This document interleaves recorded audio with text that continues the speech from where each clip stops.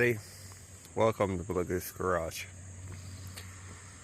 I figured I'd show you this before I put the timing cover back on it and stuff. Didn't show you doing anything to it. I just didn't want to. I put new rings in it, new head gasket, new oil pump gasket, new front seal. That's really it. New water pump, timing belt, pulley. That's a eBay special. It's just a Mocha whatever, you know. That timing belt and water pump kit was 32 bucks shipped, so cheap. But one thing I wanted to show you is really the only thing I wanted to show you is before I put the cover back on was I don't know if you can see it, but yeah, you can see it right there at my finger. There's a groove cut in the crank gear, and what that is a couple years ago, about 5 years ago, timing belt broke on this car, and I took it apart, and this is supposed to be a dual spring. There's two springs. There's an outer and an inner. Well, one of them broke up here, fell down, and was just riding on that pulley, and it chewed through the pulley, cut all the way around it. But it's been that way. The only thing it seems to do over time is you can kind of see it on that old belt.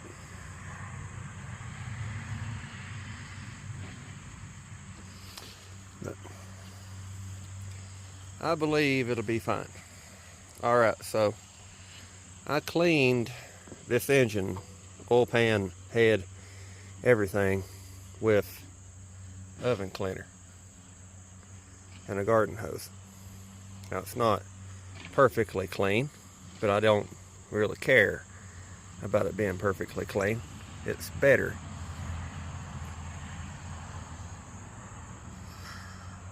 So it's not as greasy. I'm not going to paint it. It'll be fine.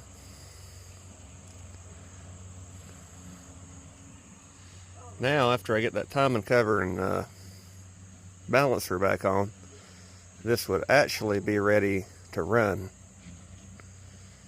Now I got to get the transmission out of the blue car, out of both blue cars, and put the one I'm going to use back on this engine with a different flywheel clutch and pressure plate.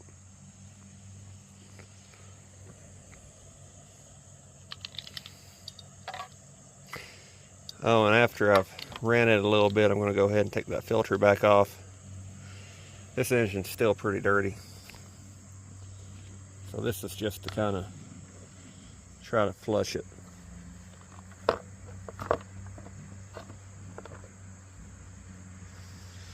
So I'll show you more in a few. Honestly, it might be after I've got the engine and transmission back down in the car, but I've still got a lot of cleaning to do between now and then, even just to freshen it, because I'm not worried about getting it spotless, but it is still pretty bad. So, back in a few. Last couple days I've been taking parts off that car and putting them back on this car. There's a lot to that, but not something, you know, not near as much as, say, putting a head gasket on a Fiat.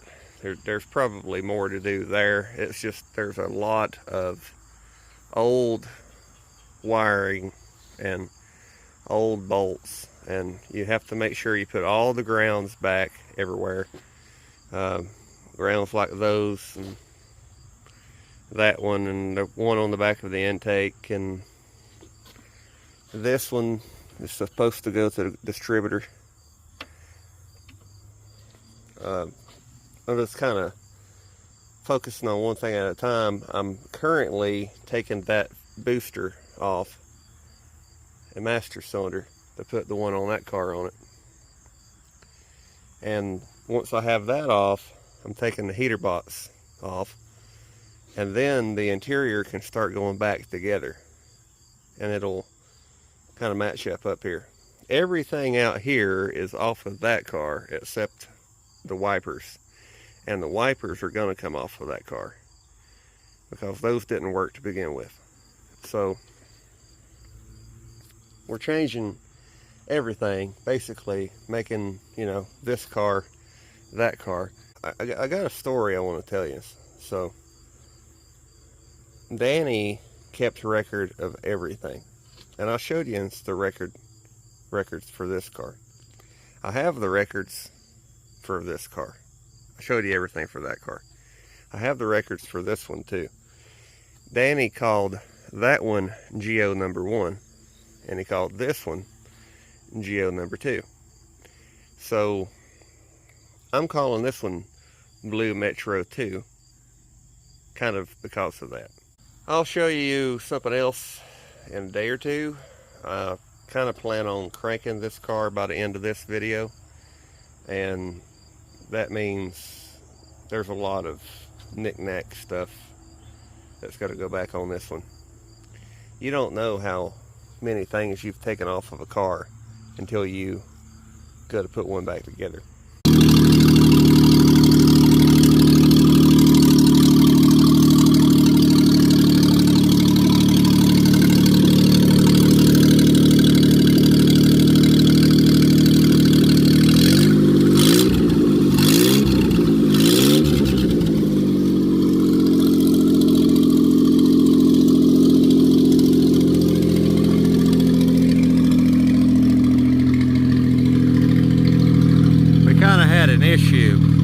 Turns out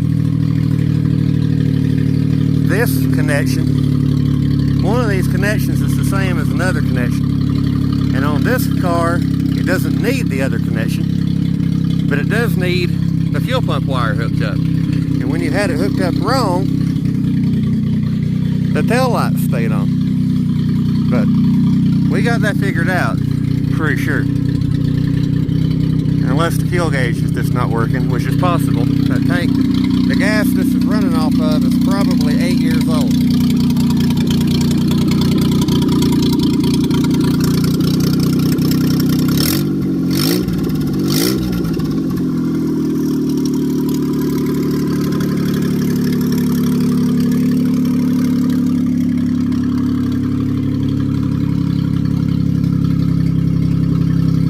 That low gas too, but I'm still going to change the rear part of the harness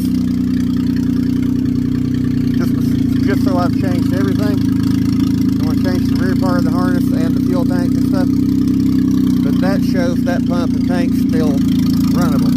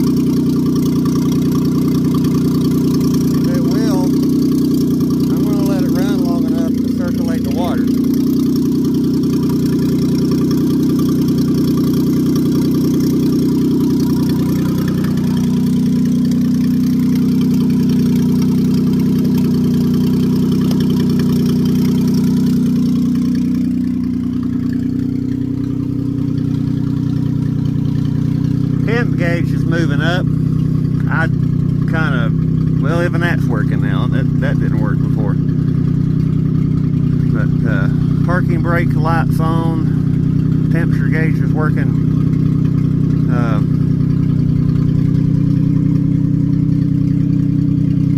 That's running a little hot. I'm kind of thinking that pump's trying to die.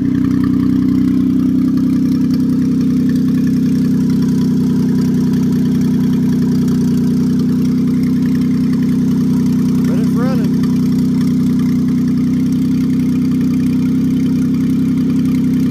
It's kind of letting that engine break in after the rebuild. See, right there.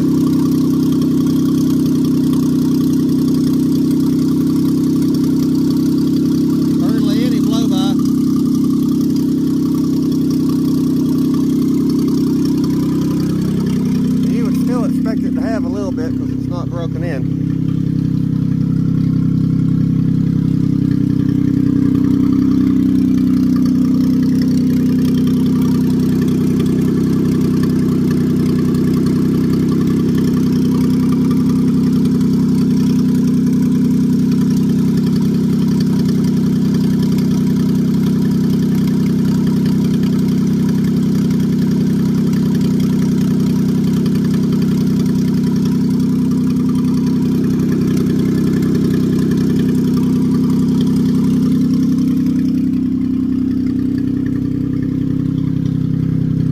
Running though, and the horn works. Listen.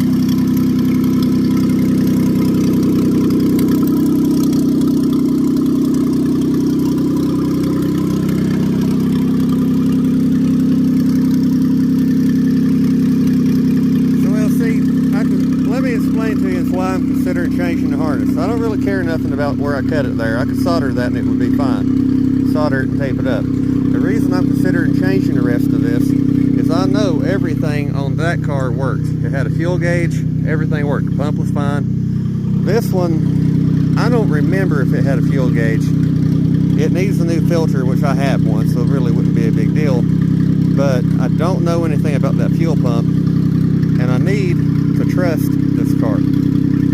I can't trust it if the fuel pump goes bad, which that one could too. It's got a lot more miles on it, but that one has not set, so that one would be okay. I don't know about this one.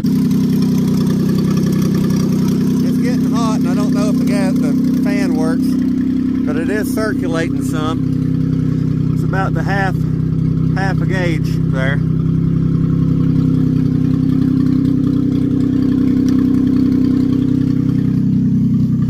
I don't have that part hooked up, but the dash lights are working. You can see I don't have most of it hooked up. That part runs something. Let me do this real quick. All right, I hooked that up.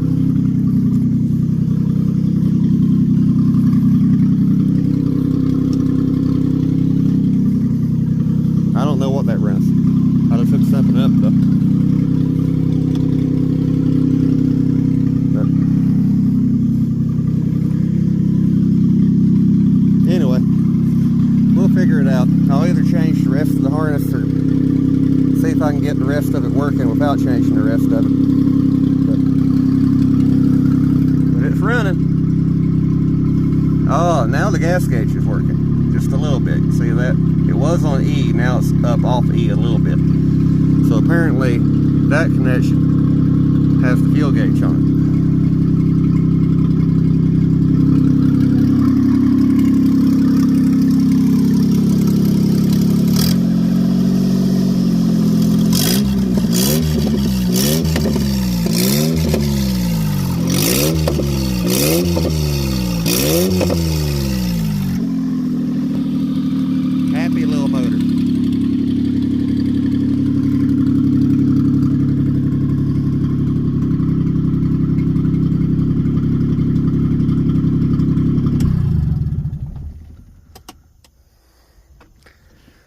See how it cranks back with it hot.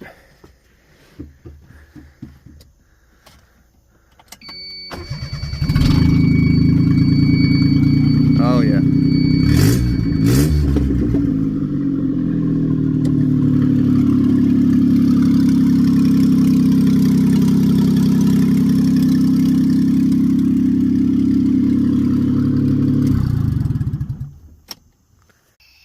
Alright, I showed you that it runs, and I apologize that I didn't show you more.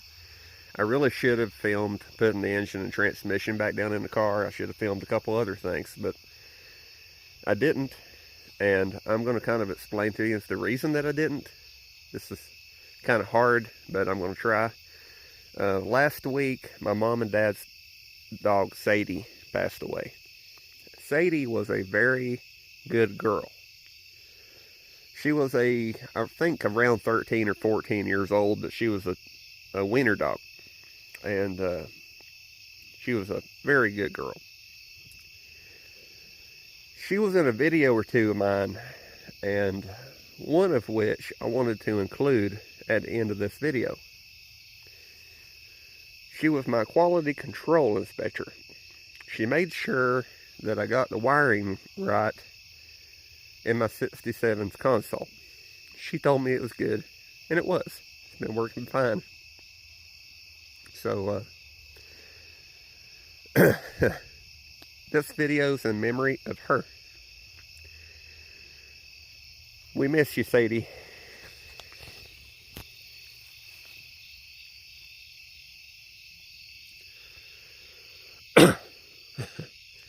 You're back with Brian and Arlene. I'll see you again next time.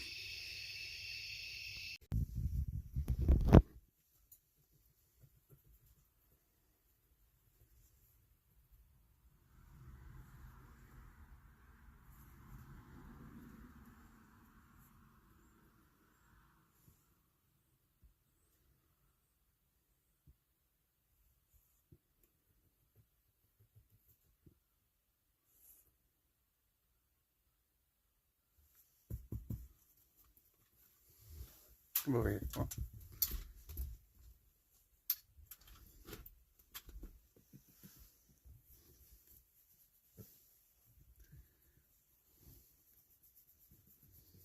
Her name's Sadie.